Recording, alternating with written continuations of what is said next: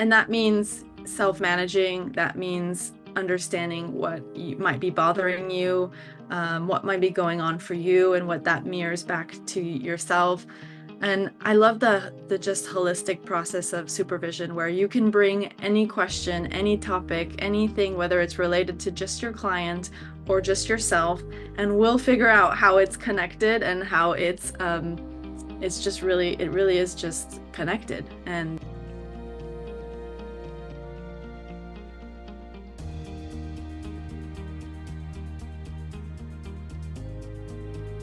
To Hello everyone, this is Shadab Mughal. I'm your host for today, and it is another episode of incredible series of Fearless Women podcast, Coaches Unveiled, where we get to meet different coaches from all around the world. And today we have an incredible guest with us because she's not only a life coach, she is the, I would say, supervisor as well, and she's the one who also coaches. She also coaches coaches, and that is something unique about her. I have tried her approach in my accreditation process, and that was extremely helpful. So without further ado, let's welcome Julie. Yeah. thank you, Hi Shadab. Julie. Hi Julie, how are you? I'm good. Thank you. How are you? Thanks for having me. You're welcome, Julie, and thank you so much for showing here and being here with us. And yeah, I'm excited for this interview. Me too. Mm-hmm. I've watched a few of your Fearless podcasts, and it's always interesting to get to know different perspectives and different women and their stories. Mm-hmm. Yeah, it is always because the focus of this podcast is to know the life of coaches or what kind of help they are bringing to the world. So yeah, thank you so much. And Julie, would you like to introduce yourself to our audiences? Yeah, thank you. Hey, I'm Julie. I'm a mindset and transformation coach. I am AC accredited as well as a master NLP practitioner. I love to work with empaths and coaches and actually athletes as well. And I like to empower them to spread their light, protect their energy, and build deeper relationships with themselves and with others. It really does start with the inner work that I always talk about. I am also an empath myself, and I found a lot of healing and growth in my inner work. I feel like we all have superpowers, and it's really important to learn what your superpower is so you can use it to your advantage. I have a very holistic approach in my coaching, and I love understanding the whole self. And I love witnessing those breakthroughs and deep connections that my clients make with themselves. Mm-hmm. Oh, Thank you yeah, so thank much for this lovely introduction, Julie. And my next question would be who Julie is. If you would like to give me three words that best describe Julie, then what would be those words? That's a good one. I would say compassionate, um, patient, and and creative. Wow, that's wonderful. And I would also like to add one more empath because you said that you are an empath. So definitely. So, yeah. So, Julie, in this podcast, I always ask one question to every guest of ours, and that is, what does fearless mean to you? Yeah, that's a good question. I love that word. For me, I think I've discovered it more and more throughout my personal growth journey, but I think it comes down to being able to show up authentically and recognize the resilience that you have from everything that you've gone through that has led you to this exact moment right now. Um, it's also the ability to have this open heart and lead with that courage. Wow, what a wonderful definition and lead with courage. If anybody would like to you just take one thing from it, lead with courage. So thank you so much, Julie, for sharing this definition with our audiences.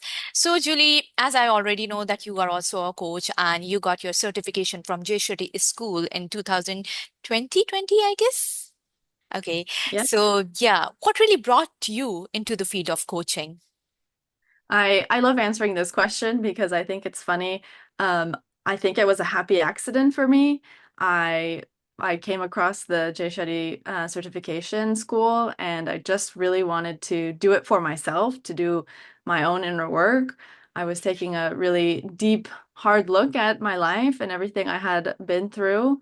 And I remember having a phone call with the onboarding person who asked me what I envisioned for my coaching business. And I remember laughing, thinking, I don't want a coaching business. I just want to do this work for myself. I really had no idea what coaching even meant, really, at the time. I was just starting my personal development journey. But I think halfway through, that's when I realized this was my love and my passion, and I realized the world of coaching, and that's when it really took off. But before then, it was just really for myself. Well, that is a surprise for me because you have built an amazing coaching business for yourself. I am really impressed by the niche that you have really chosen. I often think about it. Look at Julie, who is really focused on what she really wants in her life and the niche she has really chosen. So it has been a surprise for me after listening that. So yeah. So Julie, as we know, or as I know with my own experience with you, you are not only a life coach, you are a supervisor as well. So would you like to shed some light what is the job of the supervisor, or people in our, I mean, this is for the first time that I'm interviewing someone, the coach, who is not only the coach but a supervisor as well. So yeah. Yeah, and it's interesting because it's fairly new. I don't think a lot of coaches realize really what a true supervisor is. The misconception is always, oh, it's someone who's going to watch me coach and give me feedback. And while that can be the role, it is really just like a partnership with someone who can help you see blind spots in your own coaching, discuss ethical questions, discuss case studies. I like to see it when I'm supervising that I'm coaching and supervising and mentoring the whole person, not just the coach. I'm not here just to analyze or give feedback on just the actual coaching piece, but more you as a whole. And I think that's my coaching approach too, the whole person. And that means self-managing. That means understanding what might be bothering you, what might be going on for you, and what that mirrors back to yourself. And I love the just holistic process of supervision where you can bring any question, any topic, anything, whether it's related to just your client or just yourself, and we'll figure out how it's connected and how it's just really it really is just connected, and what one piece will shed light for the other, and vice versa. Mm-hmm.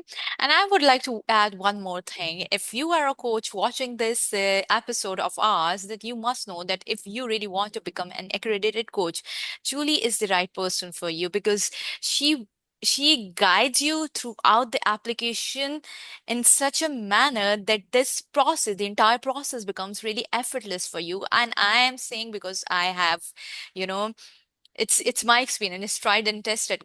So yeah, Julie, you said one thing that you really didn't think of any coaching business, and now you're sitting here as a supervisor as well. So what really inspired you to become a supervisor? Yeah, thank you for sharing about your experiences, and super proud of you for accomplishing that accreditation and submitting your paperwork. I know that's a process, and you did it. Um, I think my love for supervision started with my own supervisor. I, again, another happy accident, got into a supervision group because I wanted to get accredited and realized the power of supervision is past just the accreditation. And I've been in that group now for 3 years ongoing. We meet every month. I think it was my love for supervision that really sparked this interest, and realizing how much growth I made because I was in supervision, and the insights that I've received from my peers and from my supervisor that just completely changed the way I approach coaching, or I see when a client is stuck in a specific pattern, what might be going on. Yeah, it just really started with my love for it, and hands down, every time we recontract for a new year, sign me up. I am all in with supervision. I've enjoyed it so, so much for myself. And to be able to provide that space for other coaches, it really does light me up. That is wonderful. So, Julie, how does your coaching background really influence your coach supervision style? My coaching background is in NLP, and I think it absolutely approaches not only my coaching style, but also my supervision style. NLP is really understanding people's perspective of the world and who they are and why they have certain thoughts and beliefs. And I think that influences everything in understanding why someone is responding some way, why someone is feeling some way. Um, just getting to know who you are and who you're becoming, I feel like is my theme, whether it's supervision or NLP. And yeah, NLP really influences how I show up even at a restaurant. How I show up as a coach, yes, but even in my daily lives, I feel like I use my NLP background and knowledge all the time. I would say that NLP is a powerful tool, and I'm really thinking to, do the NLP. And as a coach, I believe that it is a perfect combination that you are using right now. Coaching plus supervision and plus NLP. So you have got the perfect recipe, Julie. Yeah, and I just started giving intro level courses for coaches and NLP. And it's a beautiful space because it's live and interactive, and all coaches bring their case studies or their different clients. And we have a real discussion about, how certain techniques or tools apply. Again, it's just really good because I'm with coaches who are really doing a big difference in the world, and we get to all come together and have conversations about it. So, Julie, how do you really integrate these NLP techniques into your coaching or supervision practices? Yeah, Marie Fair was my NLP trainer from the Beyond Partnership. And she really taught us that it's important to not just look at the tools, not just learn all the tools and always be thinking, oh, what tool can I use in this session? But really understanding why you use something, how you use something, what's the intention behind everything. And so there are times when I don't even need to use a tool, but I'm still using my NLP. So if you think of the times I use an NLP tool, yeah, sometimes once in a while, but the times where I'm using my NLP information and knowledge all the time. That's something that happens all the time. And I feel like it integrates itself naturally now that I have so much knowledge and experience with it. Because when someone's speaking to me, I can pull language from what they're saying and going, what logical level is that on? What limiting belief might be there? How are they seeing the world? What meta programs are they on? So it's kind of a fun puzzle to listen to someone speak and go, what's actually going on here behind what's not said? Hmm. And I know that you are an expert in NLP, but our audience will definitely would like to know what are the different tools and techniques of NLP so that, yeah. Yeah, there's so many tools. But some of my favorite ones is parts work. I love, love, love, love parts work.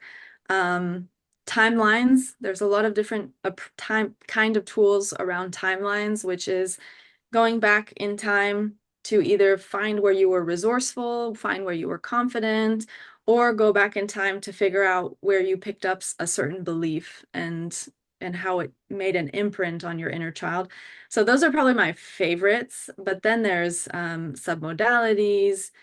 There's there's all sorts of like swish methods, and yeah, there's a bunch. There really is. But my hands down favorite is parts work. Okay. Parts work, which Yeah, please. is also kind of similar to either Gestalt theory or IFS. NLP kind of has its own little version of it. But what I love about all these modalities is the more you learn each thing, the more you see the overlap between all of them. Okay, if you just want to give one tool to your audiences or to your clients, what would be that one tool that has, major impact, or it could be very impactful on the life of anybody you're coaching or dealing with? Parts work. There's different ways to do parts work, but yeah, which is if you've ever, you probably experienced this, and I'm sure you have heard your clients say, there's a part of me that wants to do this and the other part that's not so sure, or there's a part of me that's happy for this person and the other part that's kind of sad. That's parts work. That's kind of looking at yourself and going, ooh, I can kind of see this part of me and this part of me, and maybe there is a lack of communication between the two parts, and that's what parts tools is having that communication between all the parts of yourself to bring them together and realize at the end of the day, we want the same thing. We're a whole person. And this is where in coaching you hear you're whole, complete, and resourceful. Parts work helps you come back to that whole. Yeah, and why? Because at the end of the day, we all have some basic needs, and no matter where you are right now, or and how many parts you have been divided, or and there is something common underlying factor that you might go and find. Maybe you want something in your life, and now it could be approval, it could be acknowledgement, it could be just love. So Mhm. yeah, am I saying And correctly? and acknowledging the part of you that wants to belong, the part of you that's sticking around in a friendship because fear of hurting them or wanting to belong, like really acknowledging. We say this a lot in NLP. What's the positive intention behind doing something? Like if you are snacking late at night, what's the positive intention behind doing that? There has to be something, otherwise you wouldn't be doing it. And I love looking at that because there's a secondary gain behind every behavior that you're doing. And when you can understand that secondary gain, you can go, oh, it makes sense why this person is responding this way. I always believe that there is some advantage that you are getting for whatever you behavior you are indulged in. And most of the time, people are really running away from their pain, and they have chosen certain coping mechanisms. It could be overeating, it could be shopping, it could be anything. And deep down, they really want to get rid of that pain. And just Mhm. by acknowledging that pain for yourself, it really liberates you, frees you from that pain.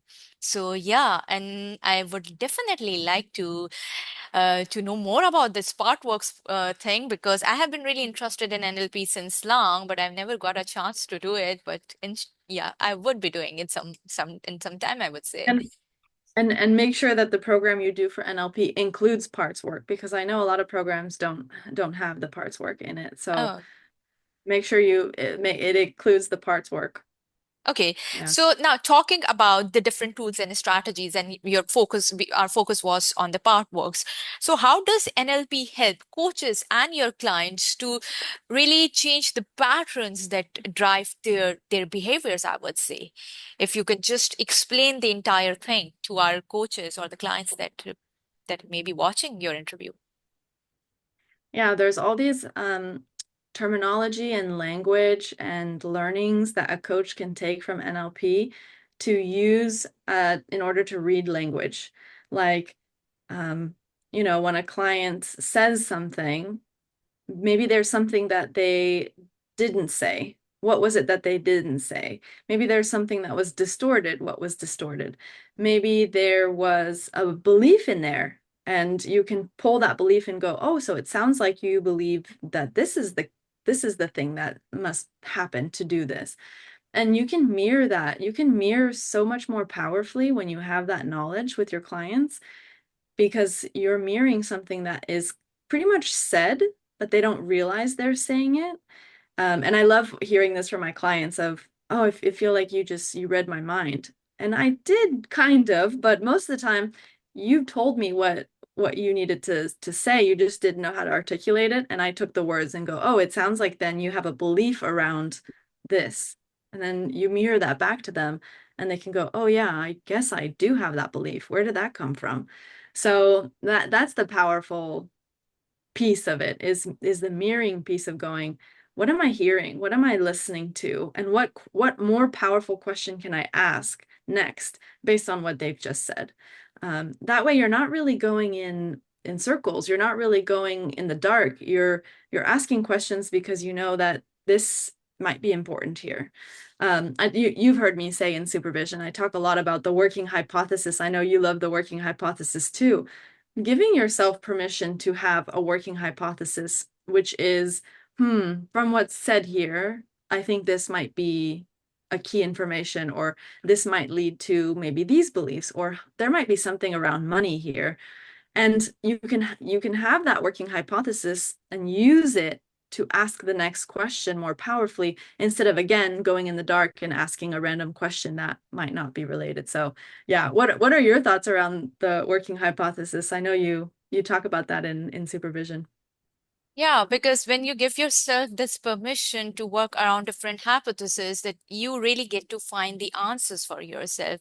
And when you talk about that, when you said that when you said that your clients or sometimes coaches told you that, oh, you have just read my mind, now I am seeing where you how you were reading our minds when we were having those supervision sessions.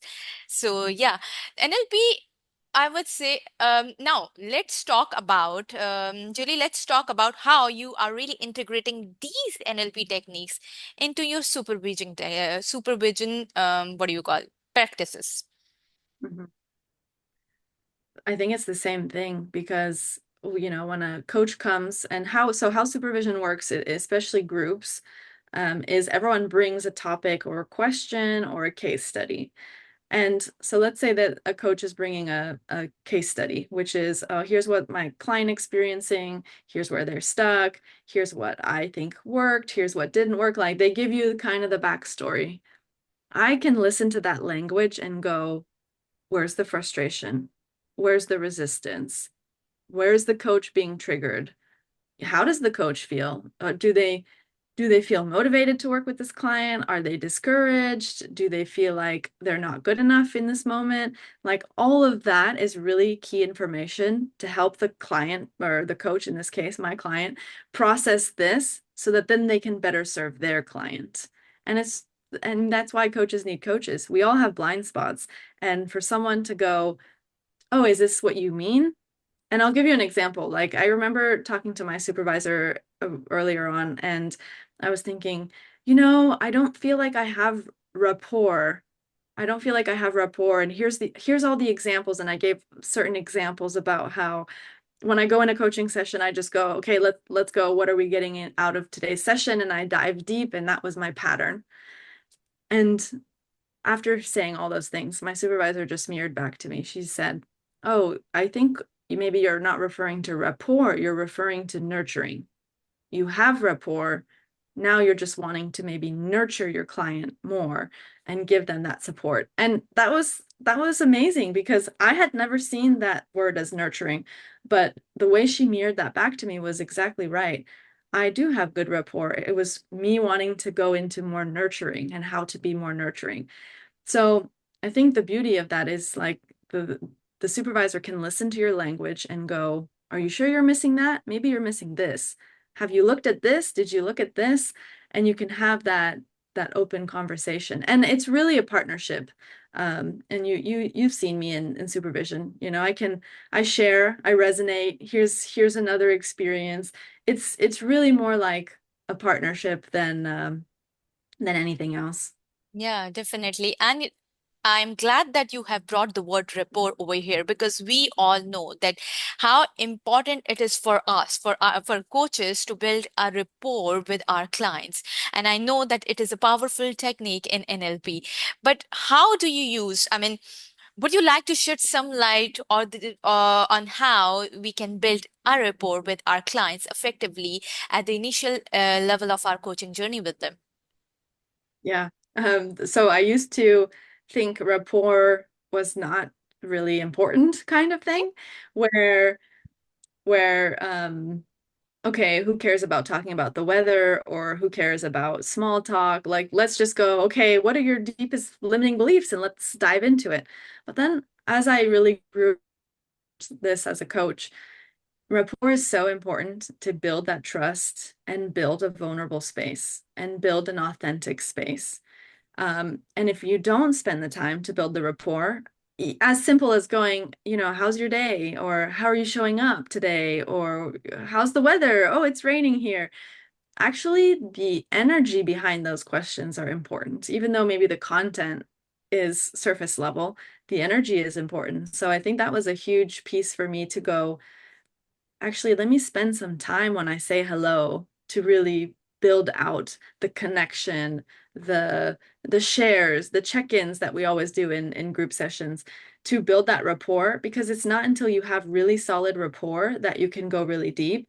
And same thing with, a client you have for one session, the depth that you can go with them is limited. But as soon as you have 2, 3, 4, 5, 10 sessions with them, you are able to challenge them in a whole new different light because they feel supported by you, because you've built that rapport that they know that they're here and you will support them. And if you say something, it's out of love and compassion. And that comes with rapport. And then I think that also converts to nurturing. And that's where I've really worked on developing myself, especially when working with coaches. It's not about saying you did it wrong. It's about helping nurture the coach to build their confidence and to know that there's no such thing as failure, only feedback, in that loving and compassionate way. So yeah, I think I undervalued rapport, but it's so important.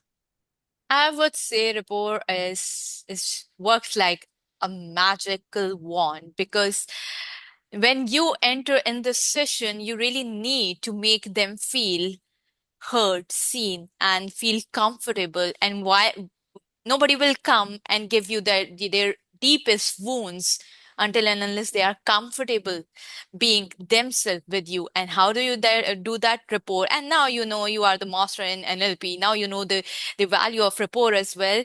I have also seen the value of rapport in my coaching practices. So yeah, and it also helped us gauge that chemistry between the coach and the client, and in your case you are supervisor and the other coaches. So yes, definitely. Julie, I would like to know that how can NLP techniques benefit a coach self-awareness? Because we know as coaches, we really have to be self-aware. We really need to manage ourselves. So, you know, um, how you are doing as an NLP master, how you are doing it, or integrating your knowledge of NLP into raising your self-awareness as a coach and the supervisor. There's a lot of again, terminology that explains different types of perspectives, approaches. So there's like presuppositions and there's meta programs. For anyone who's interested, you can look those up. And those are all around getting to know yourself better. Like, what presuppositions do I hold? Which basically is a fancy word for beliefs. What beliefs are you holding? Meta programs. Am I the kind of person who is associated, or am I usually the kind of person who's disassociated? All of these terminology gives you an awareness of going, let me look at myself. Where do I fit on this scale? Another meta program is like big picture or detailed. Am I generally a more big picture person or more detailed person? If I'm more of a detailed person, then when it's time to do big picture tasks, maybe I need support. When it's time to do detailed stuff, okay, that's where I thrive and I'm good at. So you can take those insights and go, I'm good at this, so maybe I need support here, and I need to work harder here, or I need to be more disciplined here because this isn't as much my strength. And again, it's all information. It's not that one thing is better than the other. It's just going, let me look at who I am, really who I am at the core, who my default positions is, we call it in NLP, and then be in acceptance. I remember when I first learned about certain things in NLP, I was trying to change myself of going, oh no, this one's the better one. I want to be like this. But actually it's coming with acceptance. It's coming with accepting who you are and just going, okay, now that I know this about myself, then how do I want to navigate? How do I want to adjust, adapt? What support do I need? So that's the awareness piece with for yourself before you even need to use it with your clients. Get to know who you are, because then you can, when you're working with a client, go, oh, okay, well, if they're operating out of this behavior, then that I could see why that makes sense. Mm-hmm. And to be very honest with you, I really understand what you are really talking about because I have read about the meta programs, and my favorite one, I would say, and I always see myself and others with that kind of meta program is running away from or running towards. I mean, most of the people are, there are two kinds of people in the world. Some are running away from the pain and others are running towards the reward. So I'm just mentioning this meta program. Why? Because by just knowing what you are really doing into your day-to-day life, as you said, it's all about acceptance. You really do not need to change unless you really want to change it. But just the awareness will provide you a great information, not about yourself only, but your clients as well. So yeah, I would say NLP is really interesting. I must find an appropriate course and enroll myself into it. So Julie, Um, I love I love that you said that moving away and moving towards. I was 100% a moving away from person, like staying in a relationship way longer than needed. Um, Not quitting the job until you're miserable. Like my default was I'm going to stay here and deal with it until I have to move away from something. And I think again, acceptance. Okay, that's my nature. That's kind of how I start. Now you have choice. There's a huge NLP principle, which is the stimulus response. And when you create a gap between the stimulus and the response, you create the choice. So now I know that my default is that moving away from, and being able to, speaking of fearless woman, being able to now go, how do I step into the courage of moving towards something? It's changed everything for me. It really has changed everything for me. So I love that you brought up that meta program. Definitely, if you're interested in looking up different meta programs, yeah, that moving away from and moving towards is a big one. Yeah, it is a big one. And I just love knowing how people work. I mean, and there is no harm in accepting where you are because no matter what meta program you are operating from, there will always be some pros and cons of any of the side, like moving away from or moving towards from. So it's okay. You really do not really need to be perfect. You just need to know yourself, accept yourself, and then it opens it opens a gate. It gives you that choice that whether you want to stay where you are or you want to move towards the next side. And that is a wonderful thing. So Julie, talking about NLP, and I know that you offer a program of NLP to the coaches. So would you like to shed some light on that program? Yeah, thanks for asking. So I have right now I have a part one and a part two. Part one is 5 weeks. And what I love about it is I bring some of my favorite tools and techniques and knowledge, I think. And then we have open discussions about it. And we have demos where I like to show a tool in action so you can see it from a different approach. And then I like to also do practice coaching where we do go into breakout rooms and do practice coaching. So this course is really a mix of theory, knowledge, demos, which is my favorite part, and application to, go out and take what you've learned and see how you can apply it in a coaching session.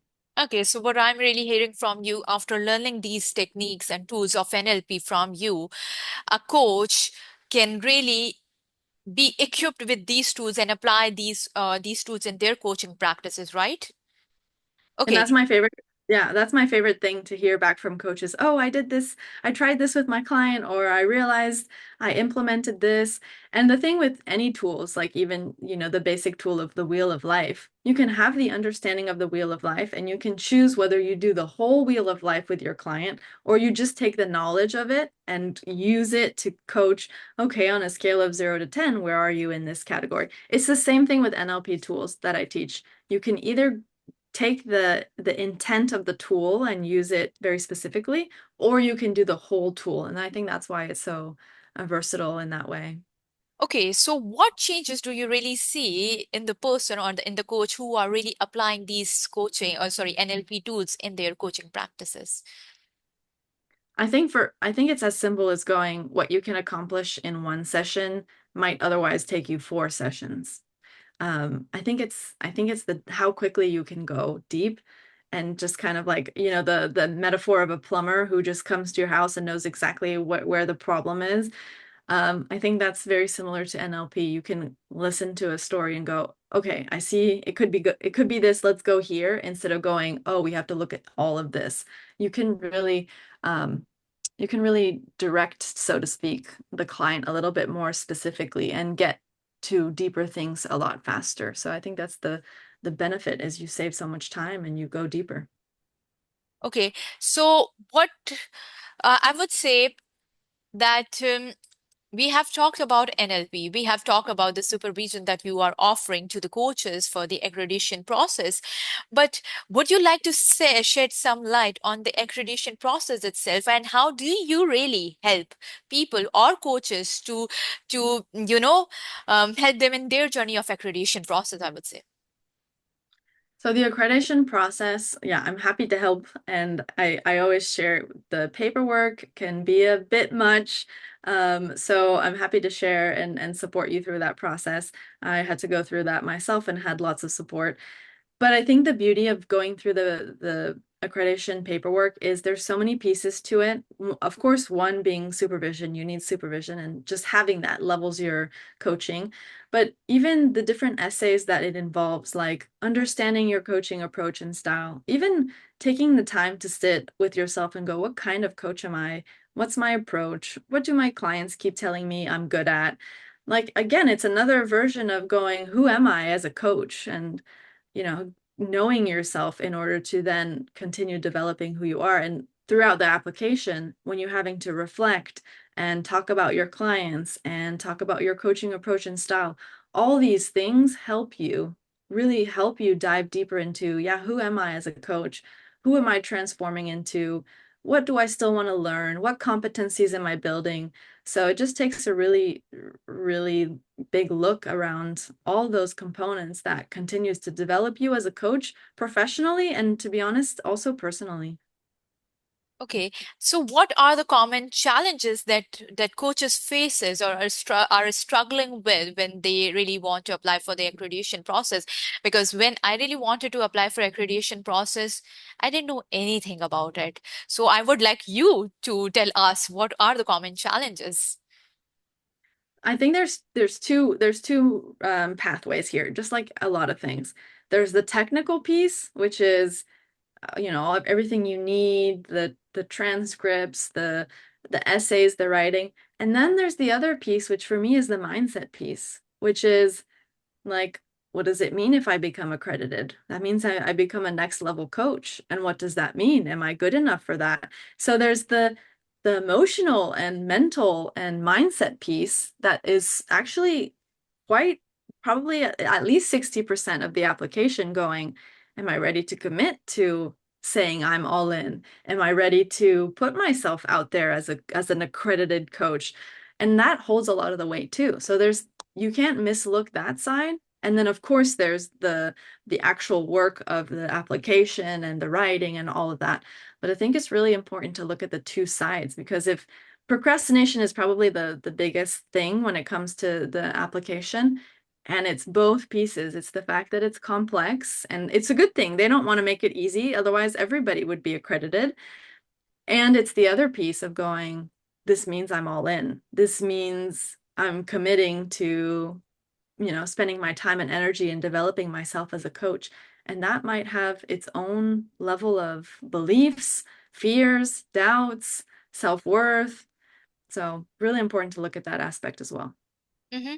Julie, since you are a supervisor, one thing I was just wondering that we as coaches, we always believe that um, coaches needs coaches, right? We also get stuck during the process, right? And there are certain ethical dilemmas, and we really need someone to walk us through the process. So I would like to know your thoughts on how important it is to have your own supervisor during your own coaching journey with your clients. I, since going all in into coaching, it was a very clear statement for me that I will have a supervisor for the rest of my life, whether I am actually actively applying for the next level of accreditation or not. because I think it's so important. This coaching can sometimes be lonely because it's just you and your clients, and there isn't that collective environment. And so to be able to take certain topics and situations and bring it to supervision, and your supervisor going, yeah, that's pretty common, or that's pretty normal, or even in group supervision, hearing everybody's perspective of going, oh, okay, I'm not the only one going through this, or I'm not the only one who's struggling with bottom lining my client, or let's have a conversation about it. It becomes a very supportive environment, and you just learn so much. And I think it really brings you to the next level of coaching when you can go, I don't need to be stuck forever with a specific client. I can go, why am I stuck here? Was there something for me to self-manage? Is there my own triggers? And it's really important to have that support system to process it and go through it, instead of feel like I'm alone and I'm not progressing and I'm not going anywhere. I just love that you use the word support system because you really need support in this coaching journey of yours, because there will be times that you'll be stuck. There will be times you will feel that you do not know how to process the entire thing that is going between you and the client. And whenever you stuck, there is someone to support you. And who is he or who is she? Is your supervisor or she is your supervisor. So, Julie, it was lovely meeting you, but before we wrap up, I would love to ask you certain quick questions, or these are the fun questions that we have built for the Fearless Women podcast. And if your life would have been a movie, what could be the title for that? Ooh, if my life was a movie, what would be the title for that? Yeah. Um, I should have thought about this earlier. Let's see. Some Something around inner work.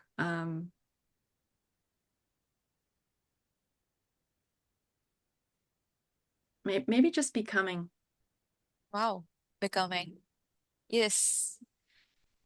It's a lovely one. Thank you so much for sharing. So, my next question would be, would you like to give the three names of powerful or fearless women in your life that really inspired to be the greater version of yourself?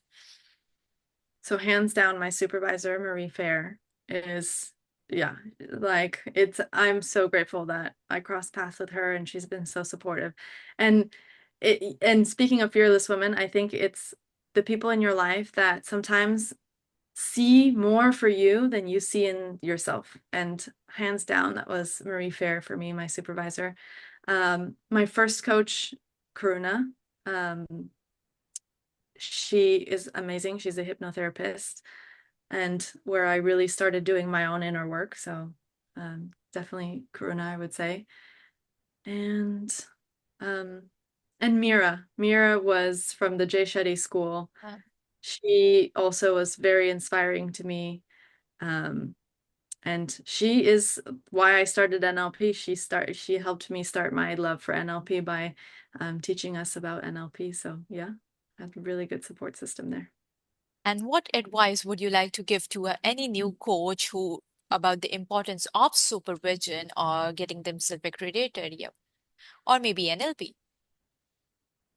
Um, keep doing development, keep doing your inner work, keep seeing where you want to grow in your skills, because I remember thinking I just graduated, I know so much, and then going, oh my gosh, there's a whole other world of knowledge. And I think that's the beauty of this journey, that we're probably always and forever going to be growing. And so see what lights you up, and go spend energy in learning those things. Mhm. And where can our audience find you? So you can find me at lifeisbeautiful.me, either by website, or that's the exact same handle for my Instagram. And yeah, if you're interested in having a discussion around NLP or supervision, just really reach out and I'd be happy to chat. Mhm. So thank you so much, Julie. It was lovely meeting you. You shared a lot about NLP, supervision itself, and it's always amazing talking to you. Yeah, thanks for having me. Thanks for the questions around Fearless. And I'm really inspired by what all the podcasts and Fearless Women have been all about. Thank you so much. And thank you so much, our lovely audience. And we'll see you soon. Bye bye. Take care.